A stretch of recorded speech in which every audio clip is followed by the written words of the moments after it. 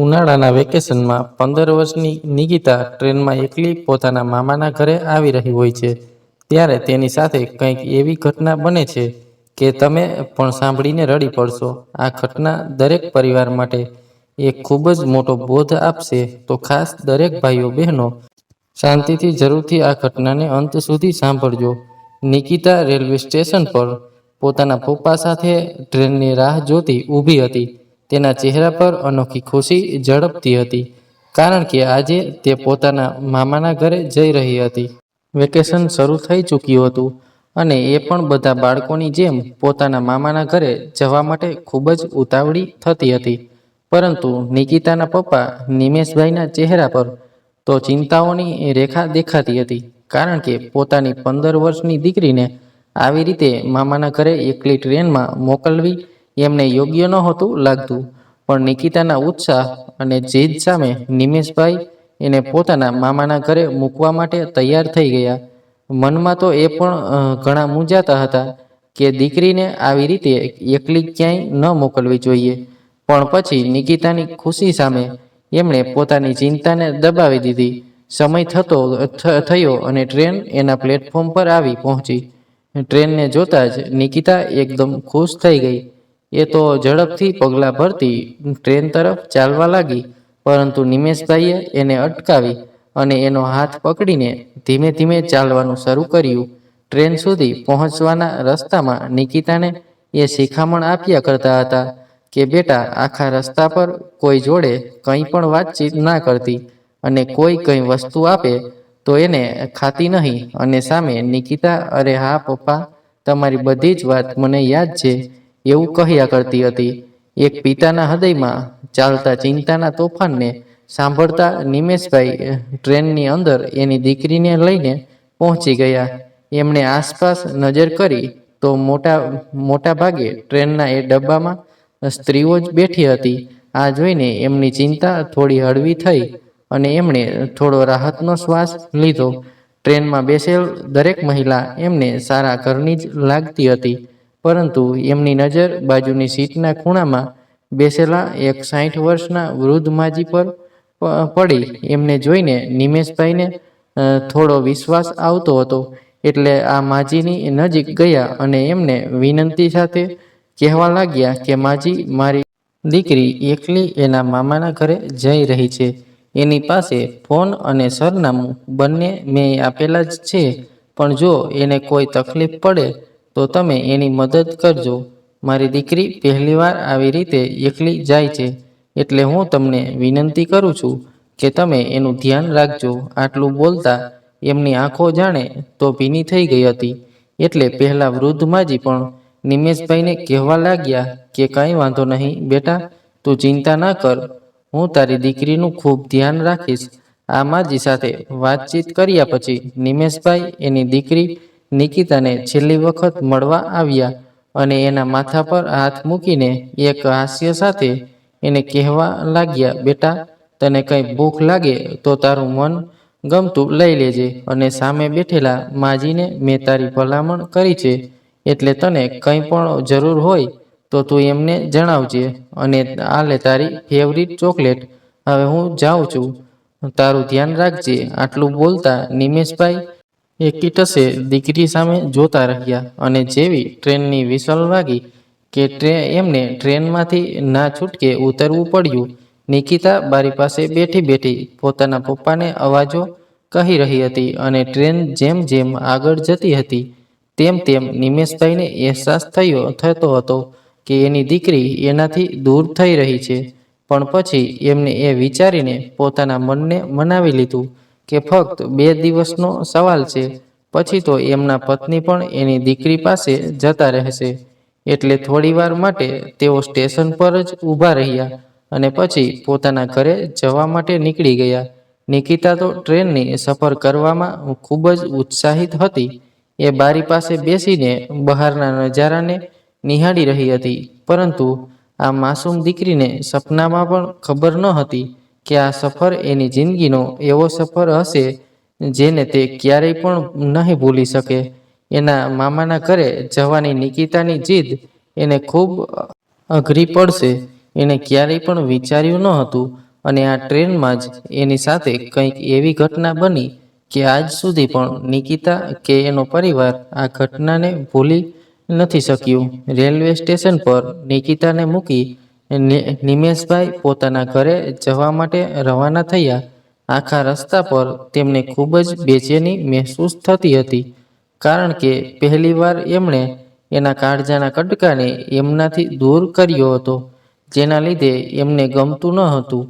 જેવા તેઓ ઘરે પહોંચ્યા કે એમના પત્ની નીતાબેન નિમેશભાઈને પૂછવા લાગ્યા કે નિકીને સરખી રીતે બેસાડી દીધી છે ને?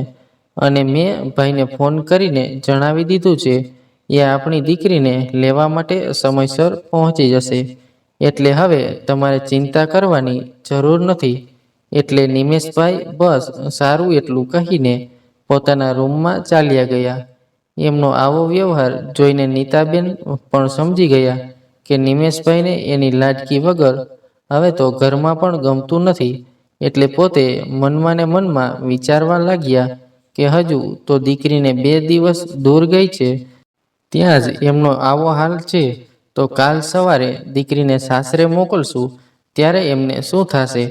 અને બીજી તરફ નિકિતા જે પોતાની મસ્તીમાં સફરની મજા લેતી પોતાની સીટ પર બેઠી હતી. આસપાસથી નીકળતા લોકોને એ થોડીવાર માટે જોતી અને પછી ફરી બારીની બહાર જોવા લાગતી. ટ્રેન ધીમે ધીમે એક પછી એક સ્ટેશન પસાર કરતી ગઈ, પરંતુ નિકિતાને હજુ એના મામાના ઘરે પહોંચવામાં ઘણો સમય લાગે એમ હતો, એટલે શાંતિથી પોતાની સીટ પર બેઠી હતી. થોડીવાર રહીને ટ્રેન એક જંકશન પર જઈને ઊભી રહી, એટલે બહારની તરફ ચા પાણીવાળાઓના અવાજ ટ્રેનની અંદર ગૂંજવા લાગ્યા. પછી તો નિકિતાએ પોતાની મનગમતી સોડા ખરીદી અને શાંતિથી બેઠી બેઠી સોડા પીતી બહાર નજર કરી રહી હતી. 10 મિનિટમાં બ્રેક બાદ ટ્રેન ફરી ચાલતી થઈ અને એની જ થોડીવાર પછી પહેલી વૃદ્ધ મહિલા નિકિતાની બાજુમાં આવી અને પૂછવા લાગી, બેટા, તારું નામ શું છે? એટલે નિકિતાએ જોયું તો આ પહેલા જ વૃદ્ધ માજી હતા, જેની વાત એના પપ્પા કરતા હતા. એટલે નિકિતાએ હસતા એને પોતાનું નામ જણાવ્યું. પછી આ માજી એને બીજા બધા પણ ઘણા પ્રશ્નો પૂછવા લાગ્યા. એટલે નિકિતા એક પછી એક એના બધા જ પ્રશ્નોના જવાબ આપતી હતી. નિકિતા તો દેખાવમાં પણ ખૂબ સુંદર હતી. ભલે એ અત્યારે 15 વર્ષની હતી, પણ કોઈ 21 વર્ષની યુવતીને પણ પાછળ છોડી દે એવું રૂપ ભગવાને એને આપ્યું હતું. તે એના ચહેરા પર નિર્દોષતા એને જોતા સ્પષ્ટ દેખાતી હતી. એ તો હસતી હસતી આ માજી જોડે વાતચીત કરતી હતી, અને ત્યારે જ આ માજીએ એને શેરડીનો રસ પીવા માટે આપ્યો. એ કહેવા લાગે કે બેટા, બહુ ગરમી છે, એટલે તું આ રસ પી લે. અને આમ પણ નિકિતાને ખૂબ ગરમી લાગી રહી હતી. સાથે જ એના પપ્પાના કહ્યા મુજબ એને આ માજી પર વિશ્વાસ હતો, એટલે તરત જ એમના હાથમાંથી રસનો ગ્લાસ લઈ લીધો અને પોતે તરત જ રસ પીવા લાગી. રસ પીતા આ બંને પોતપોતાની જિંદગીની અલગ અલગ કહાની એકબીજાને કહી રહ્યા હતા. અને એ સમય દરમિયાન અચાનક નિકિતાને એવું લાગ્યું કે એની આંખો બંધ થઈ રહી છે. થોડીવાર માટે તો જાણે એની આંખ સામે અંધારું થવા લાગ્યું, અને ફક્ત 2-3 મિનિટમાં જ એ જાણે તો ગાંઠ ઊંઘમાં સૂઈ ગઈ હોય એવી રીતે પોતાની સીટ પર એણે માથું ઢાળી દીધું. આસપાસ બેઠેલા કોઈ પણ લોકોને આ વાતની ખબર પણ ન પડી કે આ માજીએ નિકિતાના રસમાં ઘેનની ગોળીઓ ભેળવી દીધી હતી. આખા રસ્તા પર નિકિતા એની સીટ પર સૂતી રહી. એને જરા પણ હોશ ન હતો. નિકિતા તો જાણે બેહોશ હાલતમાં પડી હતી. અને એ જ સમયે એના પિતા નિમેશભાઈનો ફોન આવ્યો. એટલે પહેલા માજી પણ એની બાજુમાં જ બેઠા હતા. એટલે જોયું તો એના પપ્પાનો ફોન હતો.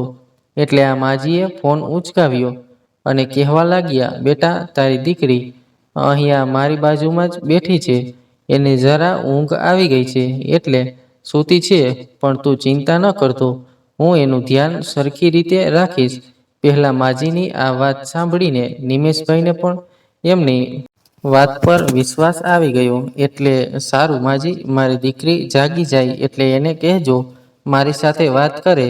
એટલું કહી એમણે ફોન મૂકી દીધો. અને પછી આ માજીએ નિકિતાના એ ફોન પોતાની પાસે લઈ લીધો. બીજી તરફ આ બધી જ વસ્તુથી અજાણ નિમેશભાઈ જે કોઈ અજાણ્યા માણસના વિશ્વાસ પર પોતાની દીકરીની ખબર અંતર પૂછતા હતા, એમને તો ખબર પણ ન હતી કે જે માણસ પર એ વિશ્વાસ કરી રહ્યા છે એના લીધે આજે એની દીકરી ખૂબ મોટી મુસીબતમાં મુકાવાની છે. સમય ઘણો વધારે થઈ ગયો હતો અને નિમેશભાઈ પણ બેઠા બેઠા રાહ જોતા હતા કે ક્યારે એની દીકરી જાગે અને ફરી એમને ફોન કરે, પણ ઘણા કલાકો વીતી ગયા અને હજુ સુધી નિકિતાનો ફોન આવ્યો ન હતો. સવારની સાંજ પડી ગઈ, પરંતુ નિકિતા હજુ એના મામાના ઘરે પહોંચી ન હતી. અચાનક ટ્રેન એક જંકશન પર જઈને ઊભી રહી અને આ માજી નિકિતાને સંભાળતા એને પોતાની સાથે લઈને નીચે ઉતરી ગયા. નિકિતાને તો હજુ 1-2 જંકશન પછી ઉતરવાનું હતું, પણ પોતે એવી હાલતમાં ન હતી કે એને કંઈ ખબર પડે અને એની આ હાલતનો ફાયદો ઉઠાવી પહેલા માજીએ એને પોતાની સાથે લઈ લીધી. જેવા તેઓ સ્ટેશન પર પહોંચ્યા કે સામેની તરફથી પહેલવાન જેવા દેખાતા 2 લોકો એમની નજીક આવ્યા અને આ માજીને પગે લાગીને એમના પાસેથી બેગ લેવા લાગ્યા. ત્યાં જ આ માજી કહેવા લાગ્યા, બેગ લેવાની જરૂર નથી, પહેલા છોકરીને સંભાળો. બહુ સારી વસ્તુ આજે હાથ લાગી છે અને એમ સમજો તો પણ ચાલે કે પૈસા કમાવવાનું મશીન અત્યારે હું લઈને આવી છું. આવું બોલતા તેઓ હસવા લાગ્યા અને એમની સાથે રહેલા પહેલા 2 લોકો નિકિતા સામે જોવા લાગ્યા. આ બંને લોકો એવી ખરાબ નજરથી નિકિતા તરફ જોઈ રહ્યા હતા અને એટલી નાનકડી છોકરીને એના બહુ બધા પૈસા લાવશે એ વિચારીને તેઓ ખૂબ ખુશ થઈ ગયા. પછી તો આ ત્રણેય લોકો નિકિતાને લઈને એક મોટર ગાડીમાં બેસીને ત્યાંથી નીકળી ગયા. પાછળની સીટ પર નિકિતા બેહોશ હાલતમાં પડી હતી. એને તો ખબર પણ ન હતી કે એ એના મામાના ઘરે નહીં પરંતુ ક્યાંક બીજે જ પહોંચી ગઈ છે. ગાડીમાં બેસતા જ સૌથી પહેલા આ માજીએ નિકીનો ફોન બંધ કર્યો અને કહેવા લાગ્યા કે પહેલા તો આ છોકરીનો ફોન બંધ કરું, નહીંતર એનો બાપ ફોન કરીને આપણી મહેનત ઉપર પાણી ફેરવી દેશે. એકવાર ફોન બંધ થઈ જાય પછી ભલે ગાંડાની જેમ આમ તેમ એની દીકરીને શોધ્યા કરે.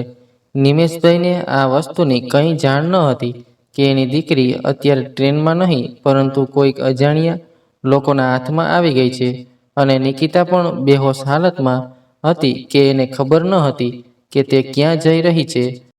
નિકિતાને ગયાને ઘણો સમય થઈ ગયો હતો એટલે હવે નિમેશભાઈથી રહેવાતું ન હતું. એટલે ફરી તેમણે નિકિતાના ફોન પર ફોન કર્યો અને જેવો ફોન કર્યો એવું એમને જાણવા મળ્યું કે નિકિતાનો ફોન તો બંધ આવે છે.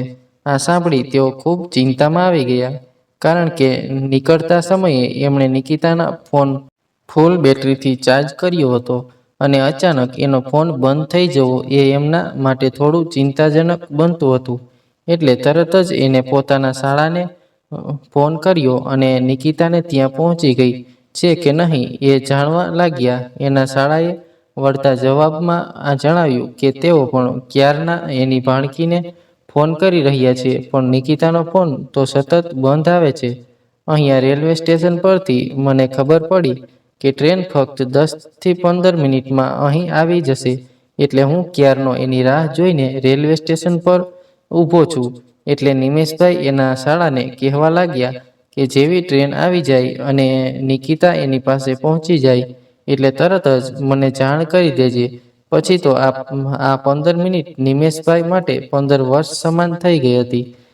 તેઓના ચહેરા પર પરસેવો આવવા લાગ્યો, કારણ કે એની દીકરી ક્યાંય મુસીબતમાં તો નહીં ફસાઈ હોય ને, એ ચિંતા એમને સતાવવા લાગી.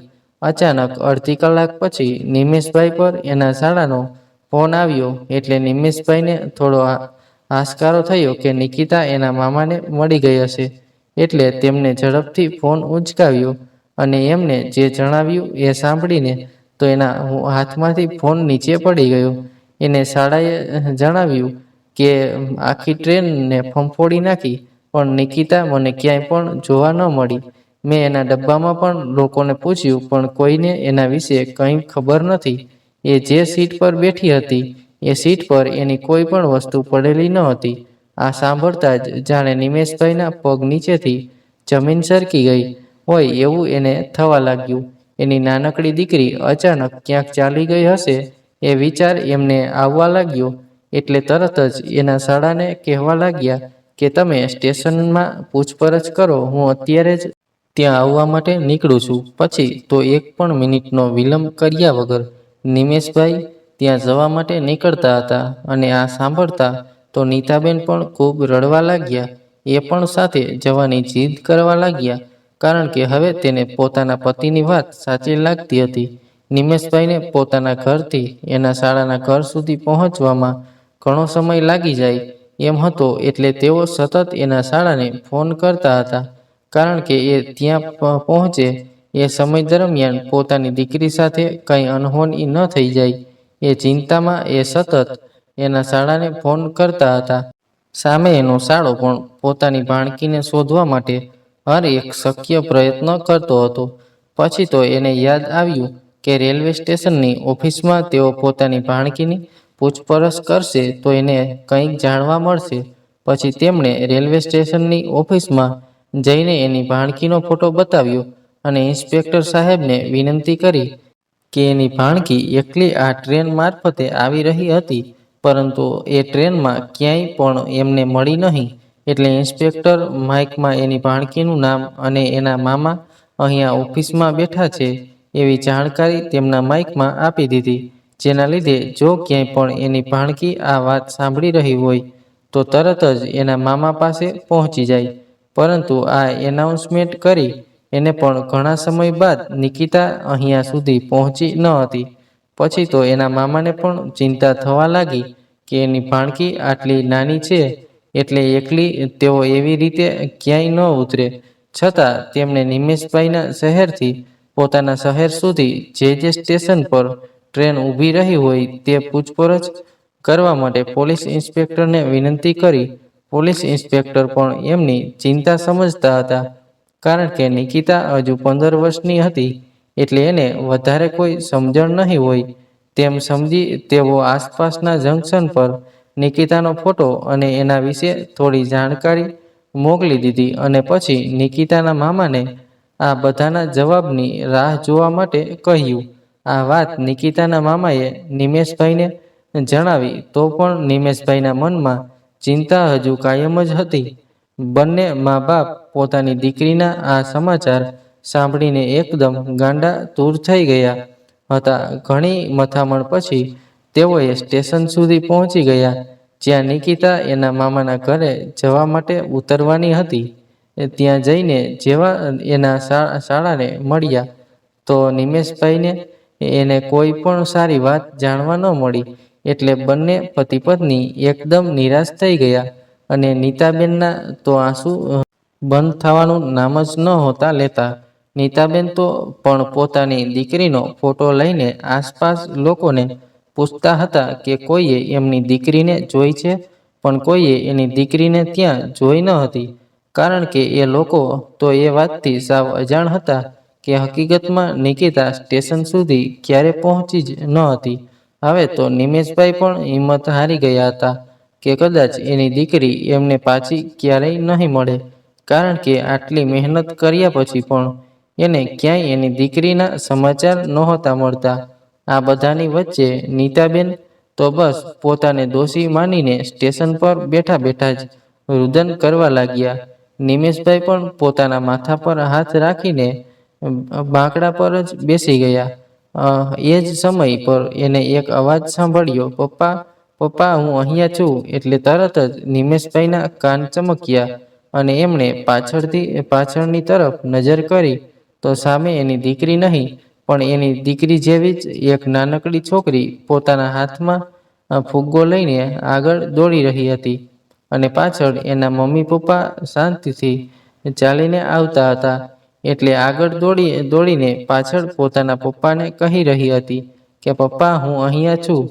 થોડીવાર માટે તો નિમેશભાઈને એમ થઈ ગયું કે જાણે એમની નિકી જ એમને અવાજ લગાવતી હોય, પણ આ ફક્ત એમનો ભ્રમ હતો. એ આ નાનકડી છોકરીને પોતાના પપ્પા સાથે ચાલતા જોઈને પોતાને રોકી ન શક્યા અને એ પણ પોતાની દીકરીને યાદ કરીને રડવા લાગ્યા. આ દુઃખ એમના માટે ખૂબ અસહ્ય હતું, કારણ કે ક્યારેય પણ પોતાની દીકરીને આવી રીતે એકલી મોકલવા ન હોતા માંગતા. અને અચાનક એમનામાં થોડી હિંમત આવી.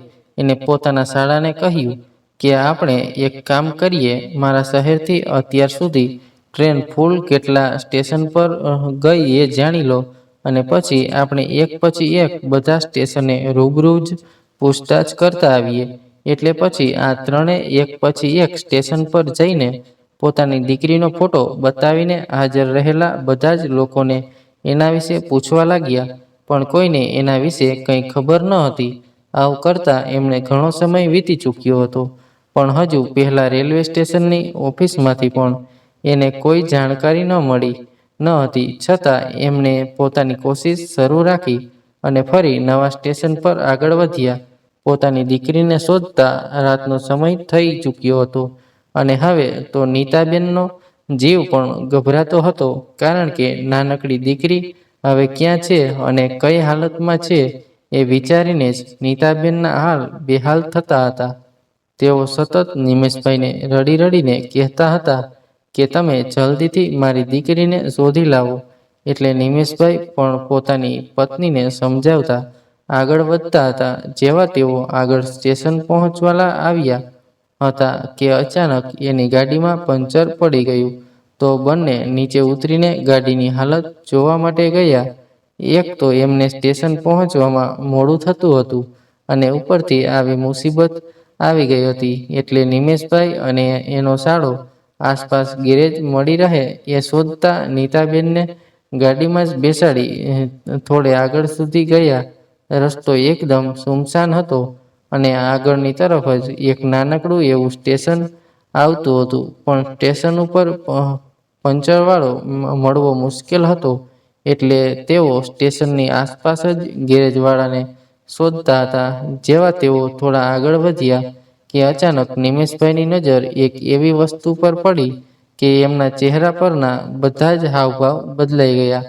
એ તરત જ દોડવા લાગ્યા અને નીચે જમીન પર જઈને બેસી ગયા. એણે જોયું તો જમીન પર એ જ 3-4 ચોકલેટ પડેલી હતી, જે એમણે એની દીકરીને ટ્રેનમાં મૂકવા આવતા સમયે આપી. આ ચોકલેટ જોઈ નિમેશભાઈ સમજી ગયા કે આ ચોકલેટ મારી દીકરી નિકિતાની છે. એટલે તેઓ આ ચોકલેટને હાથમાં લઈ પોતાની છાતીએ લગાડીને પોતાની દીકરીનું નામ લઈને રડવા લાગ્યા. એના શાળાએ એને સાંભળવાની ઘણી કોશિશ કરી, પણ હવે તેનું દુઃખ ખૂબ વધી ગયું હતું. પરંતુ એમનો શાળો એને સમજાવવાની કોશિશ કરી રહ્યો હતો કે આ એક સબૂત હોઈ શકે છે કે આપણે આપણી દીકરી સુધી પહોંચી શકીએ. આ સાંભળતા જ તો નિમેશભાઈ તરત જ ઊભા થઈ ગયા. એણે પોતાની આંખના આંસુ લૂછ્યા અને આસપાસ જોયું તો ક્યાંય પણ કોઈ માણસ જોવા મળતું ન હતું. એટલે એને થયું કે નક્કી આગળના સ્ટેશન પર જ નિકિતા ઉતરી હશે. એટલે તેમણે હવે તો પગપાળા સ્ટેશન સુધી જવાનું નક્કી કર્યું. ઝડપથી તેઓ નીતાબેન પાસે પહોંચ્યા, અને પછી તો આ ત્રણેય લોકો સ્ટેશન પર પગપાળા ચાલતા થયા. જેવા નિમેશભાઈ આ બધા સાથે સ્ટેશન પર પહોંચ્યા અને એમણે નજર કરી તો સ્ટેશન પર કોઈ પણ માણસ હાજર ન હતું. રાતનો સમય થઈ ચૂક્યો હતો, અને સ્ટેશન તો આમ પણ અજાણ્યા સુમસાન રસ્તા પર આવેલું હતું. સ્ટેશનને જોતા જ આ બધાને થોડો ડર લાગતો હતો, અને એમાંય વિચાર પણ આવતો હતો કે કદાચ એની દીકરી આજ સ્ટેશન પર તો નહીં ઉતરી હોય ને. આવા બધા વિચારો સાથે તેઓ આસપાસ નજર કરી રહ્યા હતા, અને અચાનક એમની નજર ઓટલા પર સૂતેલા એક વૃદ્ધ ઉપર પડી. એટલે નિમેશભાઈ દોડતા તેમની પાસે ગયા અને પોતાની દીકરીનો ફોટો બતાવીને એના વિશે પૂછવા લાગ્યા. પહેલાં તો એ વૃદ્ધને ઓળખવામાં થોડી વાર લાગી, અને પછી ધીમેથી એમણે કહ્યું કે હા, આ દીકરીને તો મેં જોઈ છે. એની સાથે બીજા 2-3 લોકો પણ હતા, અને તેઓ આ સ્ટેશનથી બહાર ગયા, પણ ત્યાંથી ક્યાં ગયા એ મને નથી ખબર. આટલું સાંભળતા નિમેશભાઈના જીવમાં થોડો જીવ આવ્યો કે કદાચ એની દીકરી આસપાસ જ એને ક્યાંક મળી જશે. પણ એની સાથે રહેલ 2-3 લોકો વિશે જાણી એમની ચિંતા થોડી વધવા લાગી, કારણ કે નિકિતા તો એકલી જ પોતાના મામાના ઘરે જવા માટે નીકળી હતી. અને અચાનક આવી વાત સાંભળતા નિમેશભાઈ અને નીતાબેનને પણ નબળા વિચાર આવવાના શરૂ થઈ ગયા. કારણ કે નિકિતા તો હજુ ખૂબ નાની હતી. જેવી એમને ખબર પડી કે પોતાની દીકરી આ સ્ટેશન પર ઉતરી હતી એટલે તરત જ એમણે પોલીસ ઇન્સ્પેક્ટરને આ બાબતે જાણ કરી અને એમની મદદ લેવા માટે વિનંતી કરી. પોલીસ ઇન્સ્પેક્ટરની ટીમ પણ એમના જણાવેલા સ્ટેશનના એડ્રેસ પર પહોંચી ગઈ અને પછી નિમેશભાઈ પોલીસને એ જગ્યા પર લઈ ગયા જ્યાં એમણે નિકિતાને આપેલી હતી એવી જ ચોકલેટ જમીન પર પડેલી જોઈ. પોલીસ ઇન્સ્પેક્ટરે જણાવ્યું કે અહીંયા તો કોઈ પણ લોકો રહેતા નથી, પણ છતાં અમારી ટીમ આસપાસ તપાસ કરવા માટે મોકલીએ છીએ. નિમેશભાઈ હાથ જોડીને આ ઇન્સ્પેક્ટરને વિનંતી કરવા લાગ્યા કે અમને પણ તમારી સાથે લેતા જાઓ. એટલે જે રસ્તા પર એમણે ચોકલેટ જોઈ હતી એ જ રસ્તા પર એમણે આગળ વધવાનું શરૂ કર્યું. નીતાબેન તો સતત ભગવાનને પ્રાર્થના કરતા હતા કે એમની લાડકી દીકરી સહી સલામત એમને મળવી જોઈએ અને કદાચ એના પપ્પાને દીધેલી આ ચોકલેટ એક રસ્તો હોય કે તેઓ નિકિતા સુધી પહોંચી શકે.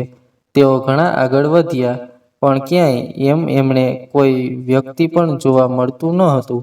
એટલે પોલીસ ઇન્સ્પેક્ટર પણ નિમેશભાઈને સમજાવવા માંડ્યા કે તમારી દીકરીને કોઈકે પકડી લીધી છે અને તમારી પાસેથી રૂપિયા લેવાની લાલચમાં એ તમારી દીકરીને લઈ ગયા હશે. હવે એક કામ કરો, તમારા પર કોઈનો ફોન આવે એની રાહ જુઓ, પછી આપણને આગળ શું કરવું એની ખબર પડે. આ વાત સાંભળી નિમેશભાઈ તો એકદમ ગુસ્સે થઈ ગયા અને પોલીસ ઇન્સ્પેક્ટરને કહેવા લાગ્યા કે સાહેબ, તમને જરા પણ અહેસાસ છે કે તમે શું બોલી રહ્યા છો? તમારે મારી દીકરી મને મળતી નથી અને તમે એ લોકોના ફોન આવવાની રાહ જોવાનું કહો છો. જો તમારાથી આ કામ ન થઈ શકે એમ હોય તો મને સીધે સીધું કહી દો, હું જાતે જ મારી દીકરીને શોધી લઈશ. પછી તો પોલીસ ઇન્સ્પેક્ટર પણ નિમેશભાઈના મનની સ્થિતિ જાણતા હતા એટલે તેઓ પણ આ બધા સાથે આગળ જવા માટે તૈયાર થઈ ગયા. ફરી બધાએ આગળ જવાનું નક્કી કર્યું. પોલીસે પોતાની આખી ટીમ એમને ચારે તરફ શોધખોળ કરવા માટે મૂકી દીધી અને અચાનક તેમને એવી જાણ થઈ કે જંગલમાં હજુ 2-3 કિલોમીટર આગળ એક નાનકડું ઘર છે જેની લાઇટ અત્યારે શરૂ છે. ત્યાંથી થોડા ઘણા લોકોનો અવાજ પણ આવી રહ્યો છે. એટલે પોલીસ ઇન્સ્પેક્ટરે બધાને ત્યાં પહોંચવા માટે ઓર્ડર કર્યો અને નિમેશભાઈ પણ પોતાના પરિવારને લઈને તે પહોંચવા માટે નીકળી ગયા. ધીમે ધીમે કરતા તેઓ આ ઘર સુધી પહોંચી ગયા. દૂરથી નજર કરી તો ત્યાં 4-5 લોકોનો અવાજ આવતો હતો, પરંતુ નિકિતાનો અવાજ ક્યાંયથી સંભળાતો ન હતો. પોલીસ ઇન્સ્પેક્ટરે જણાવ્યું કે આ લોકો તમારા માટે થોડા જોખમી હોઈ શકે છે, એટલે તમે અહીંયા ઊભા રહો, અમે લોકો અંદર જઈને તપાસ કરતા આવીએ છીએ. પરંતુ પોતાની દીકરીને બચાવવા માટે નિમેશભાઈ ગમે તે જોખમ પોતાના ઉપર લેવા માટે તૈયાર હતા. એટલે નિમેશભાઈએ જીદ કરી કે પોતે પણ પોલીસ ઇન્સ્પેક્ટર સાથે અંદર જશે અને નીતાબેન અને એનો ભાઈ ત્યાં ને ત્યાં જ પોલીસ ઇન્સ્પેક્ટરે કહ્યા મુજબની જગ્યા ઉપર ઊભા રહ્યા. પોલીસે પોતાની આખી ટીમને લઈને સીધા ઘરની અંદર ઘૂસી ગયા. એને જોયું તો ગુંડા જેવા દેખાતા 3-4 લોકો ત્યાં ઊભા હતા અને એક વ્યક્તિ ત્યાં ખુરશી પર બેઠેલ હતું. આ વ્યક્તિને જોતા જ નિમેશભાઈને તો જાણે હોશ ઉડી ગયા, કારણ કે આ ખુરશી પર બેઠેલ વ્યક્તિ બીજું કોઈ નહીં પણ પહેલા માજી જ હતા, જેને નિમેશભાઈએ પોતાની દીકરીનું ધ્યાન રાખવા માટેની ભલામણ કરી હતી. જેના પર એણે આટલો વિશ્વાસ કર્યો હતો, એણે જ એની દીકરી સાથે આવું બધું કર્યું. એ વિચારીને નિમેશભાઈને ઘણો ગુસ્સો આવતો હતો, પણ પોલીસ ઇન્સ્પેક્ટરે એમને શાંત રહેવા માટે કહ્યું અને બધાએ આ લોકોને પકડી લીધા અને પછી અંદરની ઓરડીમાં જઈને જોયું તો નિકિતા જેવા 8થી 10 બાળકો બેહોશ હાલતમાં એ ઓરડીમાં પડ્યા હતા. એટલે પોલીસે તરત જ આ બાળકોને છૂટા કર્યા અને હોસ્પિટલ પર લઈ જવા માટે એમ્બ્યુલન્સ બોલાવી. અમુક બાળકો તો ખૂબ ગંભીર રીતે ઈજાગ્રસ્ત હતા એટલે તેમને હોસ્પિટલ સુધી ખસેડવામાં આવ્યા. પરંતુ નિકિતાને અહીંયા લાવ્યાને થોડા જ કલાકો થયા હતા એટલે નિકિતા હજુ બેહોશ હાલતમાં જ હતી.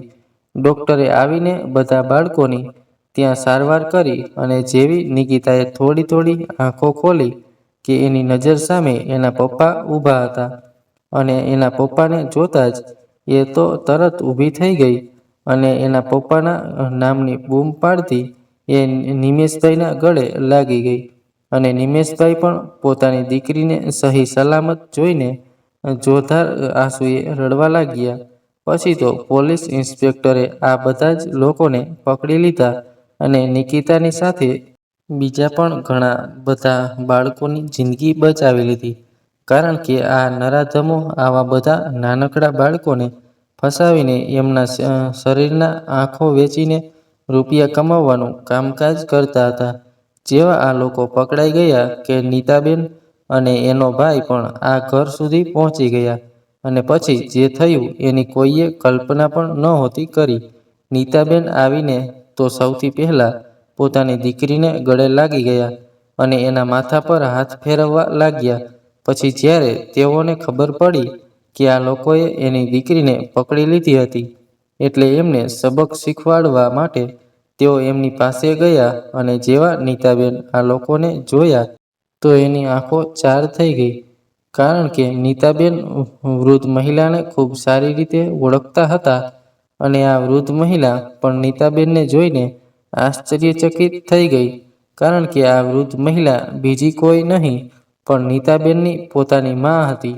નીતાબેનના સગા મમ્મી તેઓ 5 વર્ષના હતા ત્યારે જ અવસાન પામ્યા હતા. પછી એના પપ્પાએ આ વ્યક્તિ સાથે બીજા લગ્ન કર્યા હતા. આ વૃદ્ધ મહિલાનું નામ હતું શોભનાબેન. જ્યારે નીતાબેન અને એનો ભાઈ ખૂબ નાના હતા ત્યારે જ એના માતા દુનિયાને અલવિદા કહીને ચાલ્યા ગયા હતા અને પછી એના પપ્પા શોભનાબેન સાથે લગ્ન કરીને એને ઘરમાં લાવ્યા હતા.